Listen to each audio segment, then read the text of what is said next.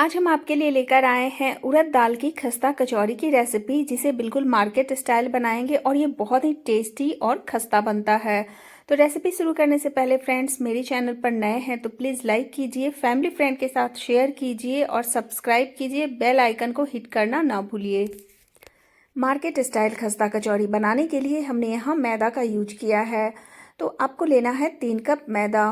मैदा को छानकर यूज कीजिए। आप चाहें तो गेहूं के आटे में भी इस कचौरी को बना सकते हैं। तो यहाँ मैंने स्वाद के अनुसार नमक लिया है। आधा चम्मच लेंगे अजवाइन, जिसे हाथों से रगड़ कर डालेंगे। बहुत ही बढ़िया फ्लेवर आता है जब आप हाथों से रगड़ कर इस अजवाइन को इसमें यूज करते हैं। उसके बाद हमें लेना है मेल्टेड घी। तो यहाँ मैंने घी का यूज किया है, जिसे गर्म करके यूज करेंगे। आप चाहें तो इसकी जगह तेल का भी यूज कर सकते हैं, लेकिन घी में बहुत ही खस्ता कचौरी बनकर रेडी होता है। और हलवाई लोग भी डालडा का ही यूज करते हैं, तेल का यूज नहीं करते हैं, जिससे कि उनका कचौरी बहुत ही खस्ता बनता है। तो बस घी डालना है। उसके बाद हमें इस तरह से हाथों से रगड़ रगड़ कर इसे मिक्स कर लेना है।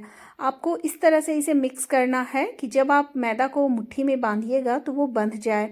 यदि आपका मैदा मुट्ठी में बंध रहा है तो समझिए आपका कचौरी खस्ता बनेगा। ये पहला टिप्स है। तो यहाँ देखिए, मेरे पास जितना भी घी था, मैंने आधा कप घी का यूज किया है। तो सारा घी हमारा लग गया है और इस तरह से देखिए, जब हम मैदा को हाथों में बांध रहे हैं तो ये बंध रहा है।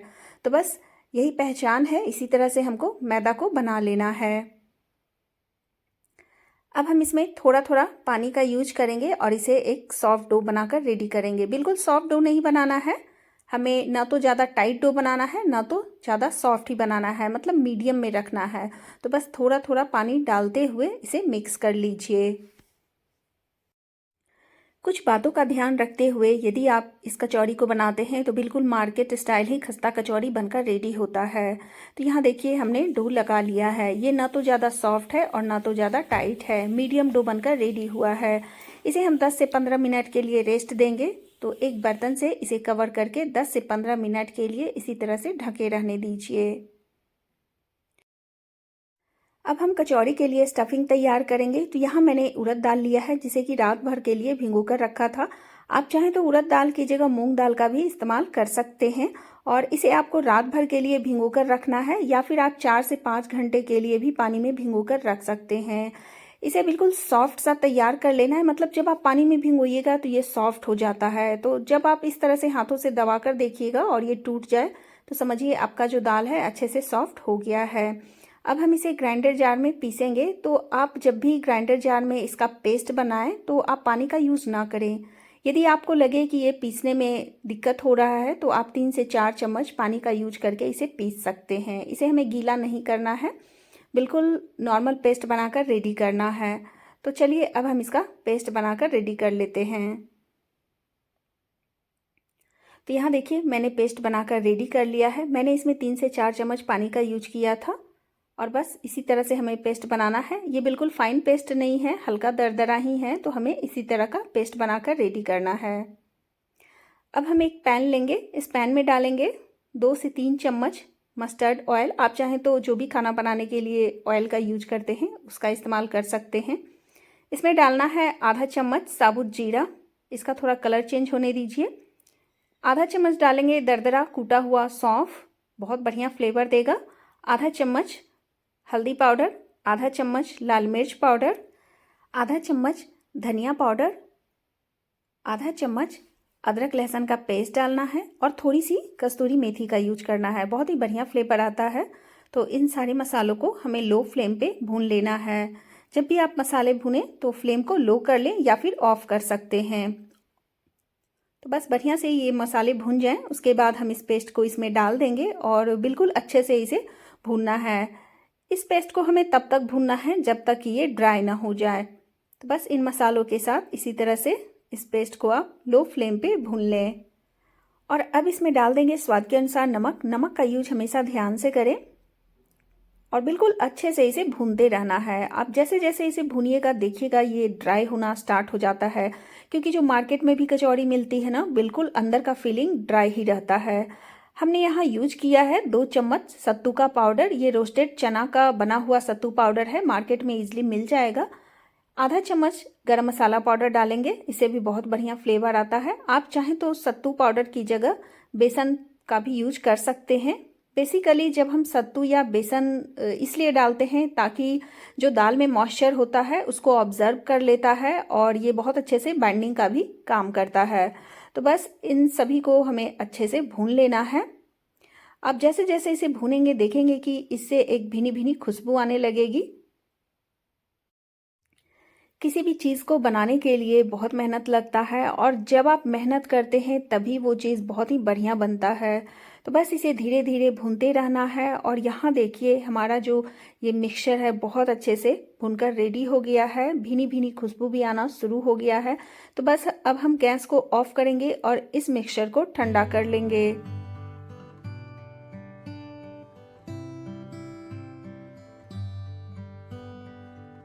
आटा को भी चेक कर लेंगे तो आटा भी बहुत अच्छे से रेडी हो गया है। तो इसे आप 3 से 4 बार इसी तरह से हाथों से मसल मसल के मिक्स कर लीजिए। और आपको जितना बड़ा लोई रखना है, जितना बड़ा कचौरी बनाना है, उसके साइज का आप लोई बनाकर रेडी कर लीजिए। तो बस मैं यहाँ छोटा छोटा ही कचौरी बनाने वाली हूँ, तो छोटा छोटा ही लोई करके रेडी कर लेंगे।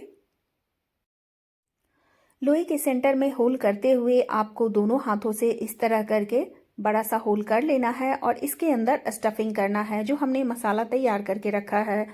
तो इस मसाला को हम 1 चम्मच ही लेंगे और 1 चम्मच ही भरना है, ज़्यादा नहीं भरिएगा। ज़्यादा भरिएगा तो आपका जो कचौरी है फट जाएगा और फिर वो तेल में घुल जाता है। फिर आपका कचौरी मार्केट स्टाइल कुरकुरा और करारा नहीं बनेगा और फिर खाने में भी नहीं अच्छा लगता है। तो इसलिए थोड़ा थोड़ा ही स्टफिंग कीजिएगा। उसके बाद इसे धीरे धीरे चारों तरफ से बंद करते हुए सेंटर में इस तरह से कर लीजिएगा। और जो ऊपर का पार्ट है ना, ऊपर का जो इस तरह से आप कीजिएगा और ऊपर का पार्ट निकलेगा उसे हमें हटा देना है। तो बस इस तरह से आप करते जाइए और थोड़ा सा जो ऊपर का पार्ट है उसे इस तरह से कट करते हुए हटा देंगे।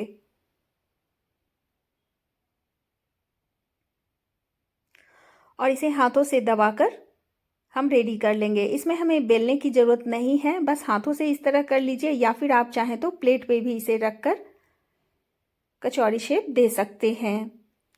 इसी तरह से हम बाकी कचौरियों को भी बनाकर रेडी कर लेंगे। तो यहाँ मैंने सारे कचौरियों को बनाकर रेडी कर लिया है और इसमें आप देख सकते हैं कि कहीं से क्रैक नहीं है, कहीं से फटा नहीं है, क्योंकि कचौरी फटनी नहीं चाहिए। तो यहाँ अब हम इसे फ्राई करेंगे। फ्राई करने के लिए हमने यहाँ कढ़ाई में लिया है तेल। तेल गर्म है या नहीं इसे चेक करने के लिए हम थोड़ा सा डो डालेंगे, क्योंकि हमें इन कचौरियों को गर्म तेल में फ्राई नहीं करना है, बिल्कुल हल्का गुनगुना ही तेल का यूज करना है। तो यहाँ देखिए हमारा जो तेल है अभी गर्म नहीं हुआ है, तभी हम कचौरियों को इसमें डाल देंगे। यहाँ मैंने फ्लेम को भी लो करके रखा है। लो फ्लेम पे ही इन कचौरियों को अच्छे से तलना है। और जैसे जैसे आप देखेंगे कि ये तेल गर्म होगा, धीरे धीरे कचौरी फूलकर ऊपर तैरने लगती है। क्योंकि जो हलवाई लोग भी कचौरी बनाते हैं ना, इसी तरह से बनाते हैं, तभी उनकी कचौरियाँ बिल्कुल कुरकुरी करारी बनती है, बिल्कुल खास्ता बनती है। तो यहाँ देखिए हमारा जो ये कचौरी है अब तेल में ऊपर से तैरने लगा है। तो आप थोड़ा सा फ्लेम को तेज कर सकते हैं, मतलब लो टू मीडियम फ्लेम कर सकते हैं। लेकिन जब भी आप कचौरी डालें तो ध्यान रखें फ्लेम को लो ही कर लें। तो यहाँ देखिए हम इस तरह से उलटते पलटते कचौरियों को गोल्डन ब्राउन कर लेंगे और इसके ऊपर थोड़ा सा तेल डालिएगा तो कचौरी आपकी बिल्कुल फुली फुली बनेगी। तो बस इसी तरह से आपको पेशेंस के साथ इस कचौरी को तलना है।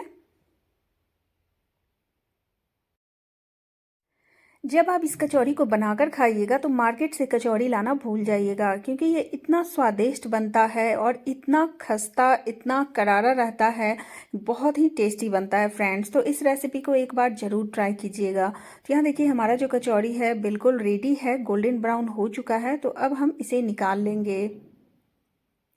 तो आप जब भी दूसरा बैच डालें तो आप फ्लेम को लो कर लें या फिर आप चाहें तो फ्लेम को ऑफ करके दूसरा बैच डाल सकते हैं। तो यहाँ देखिए मैं दूसरा बैच डाल रही हूँ और अभी जो हमारा तेल गर्म है तो हम गैस को ऑफ कर लेंगे। और जैसे ही ये जो तेल का टेम्परेचर है कम हो जाएगा, फिर से हमें गैस को ऑन कर लेना है। तो यहाँ देखिए मैंने कचौरियों को डाल दिया है और गैस हमारा ऑफ है। जैसे ही तेल का टेम्परेचर कम होगा हम फिर से गैस को ऑन कर लेंगे और फिर इन कचौरियों को अच्छे से धीरे धीरे तलेंगे। तो यहाँ हमने सारे कचौरियों को तलकर रेडी कर लिया है। बहुत ही टेस्टी ये कचौरी बनी है फ्रेंड्स, जब आप बनाइएगा तो खुद यकीन कीजिएगा। तो मेरी रेसिपी आपको पसंद आती है तो प्लीज़ लाइक कीजिएगा, मेरे चैनल पर नए हैं तो सब्सक्राइब कीजिएगा और कमेंट बॉक्स में मुझे कमेंट करके ज़रूर बताइएगा कि मेरी आज की रेसिपी आपको कैसी लगी। मेरी रेसिपी पसंद आए तो प्लीज़ प्लीज़ लाइक ज़रूर कीजिएगा। बेल आइकन को हिट करना ना भूलिएगा ताकि मेरे नए नए रेसिपीज़ आप तक पहुंचते रहे। फिर मिलेंगे किसी और नए रेसिपी में, तब तक के लिए टेक केयर, बाय बाय।